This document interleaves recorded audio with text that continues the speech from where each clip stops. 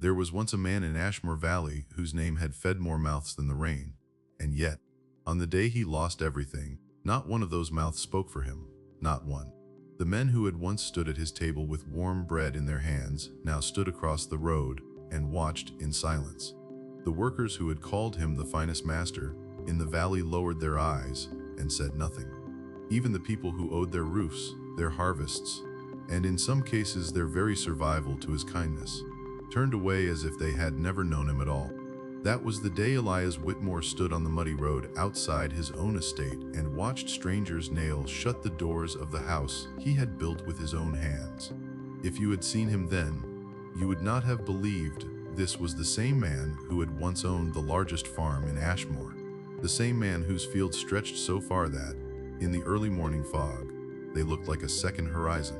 You would not have believed this was the man people used to admire, depend on, whisper about with a mixture of respect and envy. Because on that cold gray morning, Elias Whitmore looked like a man the world had already buried. But the world was wrong, and that was the biggest mistake they ever made. Years earlier, Elias had not simply been rich. No, wealth was only the smallest part of who he was. In a town where most men guarded their coins like frightened animals, Elias had built his name on something rarer: generosity. If a farmer lost his crop, Elias lent him seed. If a widow could not pay through winter, Elias sent flour and firewood. If a young man wanted work, Elias found a place for him in the stables, the barns, or the fields. He paid fair wages. He kept his word. He never mocked the poor. And when hard seasons came, as they always did, more than one family in Ashmore survived, because Elias Whitmore chose to carry burdens that were not his. That is why what happened next cut so deeply. Because Elias believed something most decent men believe. That kindness is remembered. That loyalty, once earned, remains. That the hands you lift in your strongest years will not abandon you in your weakest one. He was about to learn how wrong that belief could be. And by the time he did, it would cost him almost everything. And the cruelest part was this: Elias did not lose his life in a single storm. He lost it one season at a time. It began with the sky. One summer, the rain simply stopped coming. Week after week, the clouds gathered over Ashmore Valley, dark and promising, and then drifted away like liars. The soil cracked. The grass turned brittle. Corn stalks rose halfway and then died where they stood, thin and pale like starving children reaching for something that never arrived. Elias had seen hard years before. Any farmer who lived long enough had. So at first, he did what strong men always do. He adjusted. He opened his grain stores. He cut his own profits to keep wages paid. He told his workers, "We'll make it through. One bad season does not bury a good farm." And for a while, they believed him. But then the second blow came. A sickness spread through the cattle. No one knew where it started. One cow fell, then 3, then 12. Within weeks, animals Elias had raised for years were collapsing in the mud, their bodies shaking, their eyes empty. Men who had worked those pens since boyhood stood helpless with ropes in their hands, watching money, food, and future die right in front of them. Elias sold 2 fine horses to pay for medicine and feed. Then he sold a strip of east pasture to cover the loss. Then came the merchants. The men from the market town had shaken his hand in spring and promised a fair price for his autumn wheat. But when harvest time came and the crop was weaker than expected, they changed their tune. They offered him less than half, less than it cost to grow. When Elias protested, they shrugged and said the market had changed. That was the first time he felt it. Not just hardship, but betrayal. Still, he kept going.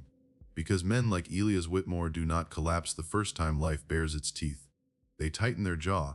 They work longer. They sleep less. They tell themselves one more season. Just one more season. But what he didn't realize was that Ashmore had already started talking. At the blacksmith's shop, men lowered their voices when he passed. At the church steps, women watched him with pity they tried to hide. At the tavern, his name was no longer spoken with respect. It was spoken with that dangerous tone people use when they smell weakness. He has stretched too thin. He should be sold sooner. He was generous when times were good, maybe too generous. And then came winter, a bitter one, the kind that makes wood split, rivers harden, and every poor decision suddenly demand payment. Martha fell ill just after the first frost. What began as a cough turned into fever, and the fever settled into her bones like it meant to stay. The doctor came twice, then started asking for payment in advance. Elias paid him with silver from a drawer Martha had once filled with letters and ribbons. By then, the debts had started stacking like stones on his chest. Feed suppliers wanted what they were owed. Labor costs kept rising. Repairs on the northern barn could no longer wait. And the lender from Belomir, a dry-faced man named Horace Vane, arrived one morning in a black coat and polished boots, carrying papers Elias never wanted to see. "You've always been a respectable man," Vane said, almost kindly.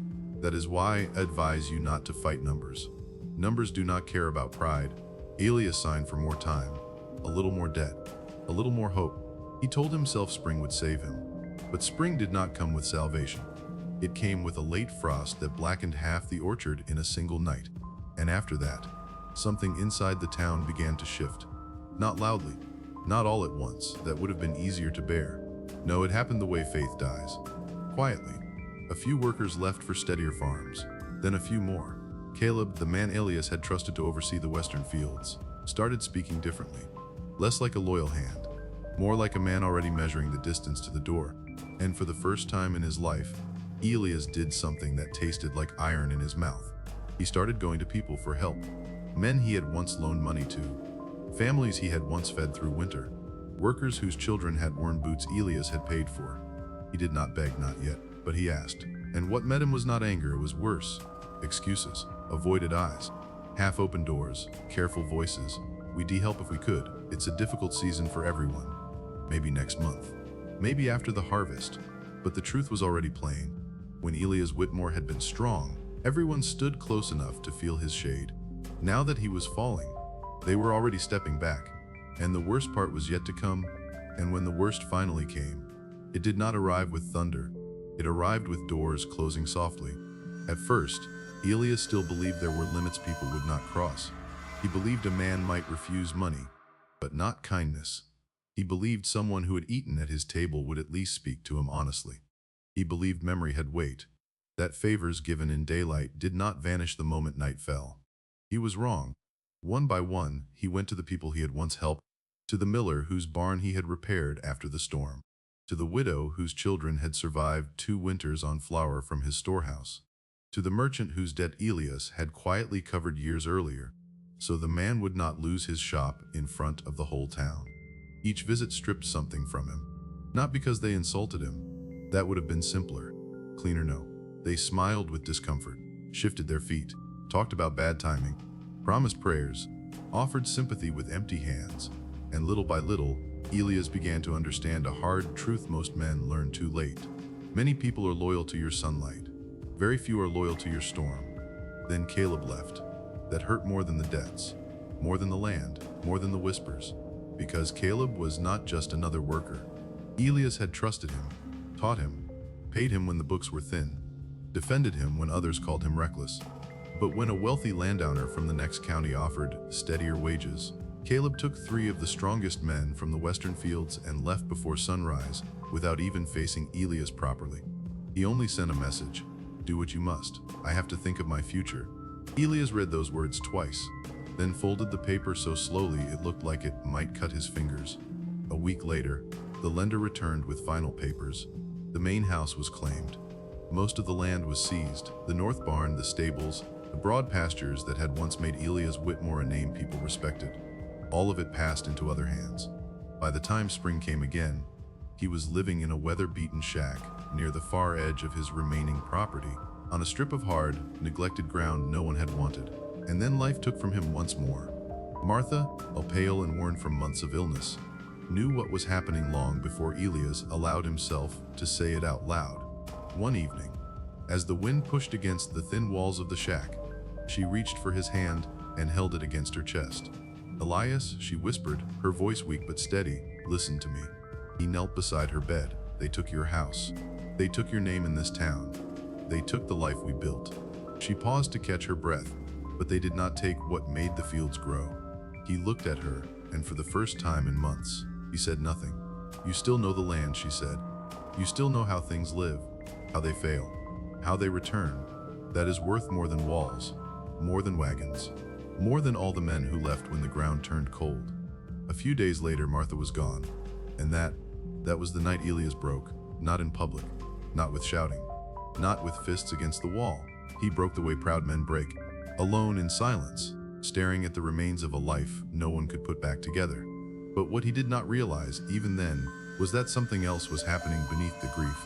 The part of him that had built everything once before was still alive. Days passed. Then one morning, while walking the edge of the useless land everyone mocked, Elias stopped and crouched near the soil. He rubbed it between his fingers, hard on top. Yes, dry in places, poor for ordinary crops. But beneath that, there was something else. The earth held heat longer than it should. The slope drained better after rain. Wild herbs, the kind most men overlooked, were growing in clusters that did not belong there by accident. Most people saw dead land. Elias saw possibility.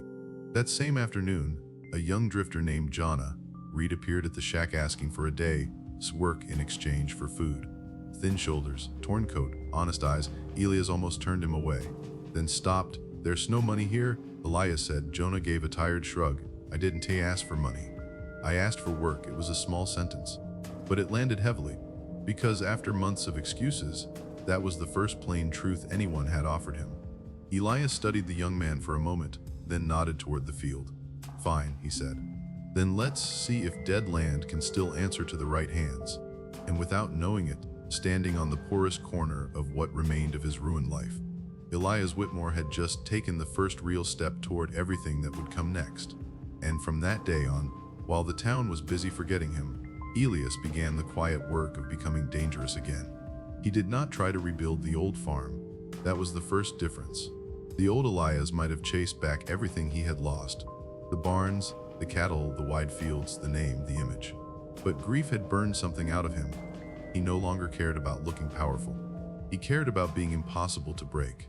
So while the valley laughed, Elias and Jonah worked the unwanted land from dawn until dark. They cleared stones, cut narrow channels for water, turned the soil by hand where plows could not go, and little by little, Elias tested what the land would accept. Not wheat, not corn, not the ordinary crops every other man kept forcing into tired ground. He planted medicinal herbs, root crops with deep value and low visibility. Bitter leaf, winter sage, blackroot, the kind of harvest that did not impress fools, but made apothecaries pay in silver. Jonah did not understand it at first. Why grow what nobody here wants? He asked one evening, wiping dirt from his hands. Elias kept working as he answered, "Because I am not growing for this town anymore." That sentence mattered, because for the first time since losing everything, Elias stopped measuring his future by the opinion of people who had already abandoned him. Months passed. Quiet months, hard months, the kind of months most people would call boring, until they saw what those months built. The herbs took, then they thrived. Their roots held strong in the very earth everyone had mocked. Their oils were rich, their scent was sharp, and when Jonah carried a satchel of dried bundles to the market town 2 counties away, he came back with more money than either of them had seen in a long time. Not a fortune, but enough to matter, enough to breathe, enough to prove Elias had been right. What he did not know was that someone had been watching. Late that autumn, a traveling apothecary named Miriam Vale stopped at the shack after hearing rumors of rare herbs growing on ruined land outside Ashmore. She stepped into the drying shed, took one look at the bundles hanging from the beams, and her whole face changed. "Who taught you to cure these properly?" she asked. Elias looked at her without pride. "No one," he said. "The land did." Miriam almost smiled at that, then offered him a standing contract on the spot. If he could keep producing at that quality, she would buy everything. That was the turning point. Not loud, not dramatic, no crowd, no applause. Just one woman with a sharp eye recognizing value before the rest of the world caught up. By the end of the next season, Elias had repaired the shack, hired 2 quiet workers, and bought back a small wagon of his own. And then, as if regret could smell silver from miles away, the first familiar face returned. It was Caleb, older now, thinner, hat in hand. He stood at the gate Elias had built with Jonah, and said the words men always say when life has finally humbled them. "I made a mistake." And Elias said nothing at first, because some apologies come late, and some lessons only arrive when the door you walked away from is no longer standing open. And when Caleb came back to that gate, he was not the last. In the years that followed, Elias Whitmore rose again, not as the man he had once been, but as someone far harder to deceive. His herbs traveled beyond Ashmore Valley, then his oils, then his remedies.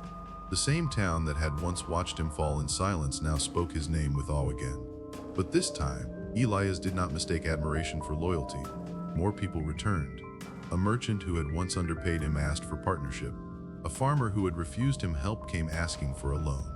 Even men who had disappeared the moment his fortune broke now stood before him with lowered voices and careful smiles, hoping his memory had softened with time. But Elias had learned what pain teaches the honest, and what comfort often hides. So when Caleb stood there and asked for another chance, Elias looked at him for a long moment and said, quietly, "When I had bread, I shared it. When I had nothing, you left. So now, I help the honest, not the convenient." That was the truth of it. He did help some people, but not because they were familiar, not because they suddenly remembered his value. He helped the ones who had character when no reward was in sight. Men like Jonah. People who stayed when staying cost something. And maybe that is the lesson. Hard times do not just test your strength.